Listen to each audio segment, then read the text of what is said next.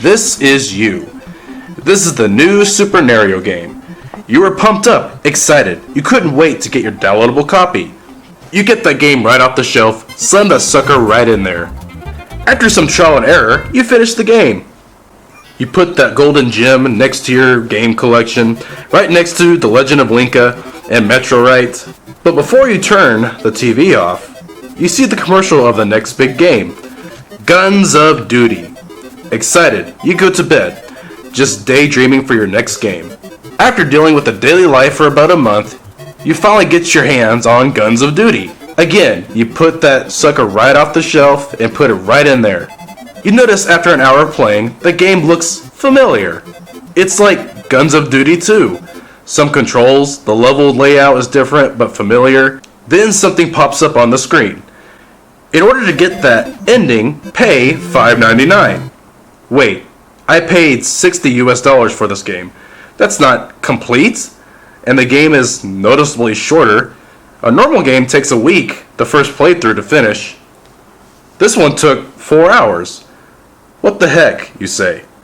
Regardless of this, you tried to play the game online, but online also asks you to pay this $2.99.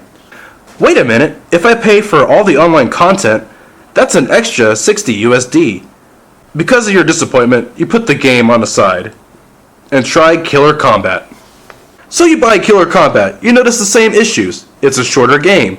There's more paid content online. What happened? Why is every game like this now? You remember the old days where people actually tried, where you actually got your money's worth. But new players don't notice it, because new players are young. But you ask the older players, and they remember when people actually tried making good games. It's like you're living in the Twilight Zone. After being restful in bed, you try to think to yourself, how can this be? How? And after you fall on the floor, drinking a cold beer, crying yourself to sleep, then you have an epiphany. Corporations are too greedy. Or are player expectations too high?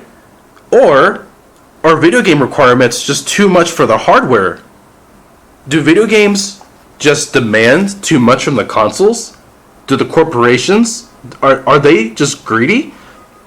Or are expectations, are they just too high? You play this message in your head over and over. But what if I told you, maybe it was all of the above? Let that sink in for a moment, bud. Yes, you realize it's true. If you played Guns of Duty back when Nintendo was out, that would have been the greatest game of your life. But now, it's just another game. It's just, you've played better. And before then, there weren't too many corporations of video games. Most of them were just indie gamers. They just did it as a normal job. And now they're just too many people working on the game. And you realize the longer games have been out, the more the audience just wants more. They want more. You didn't realize because of these three things, the golden age of video games are now dead.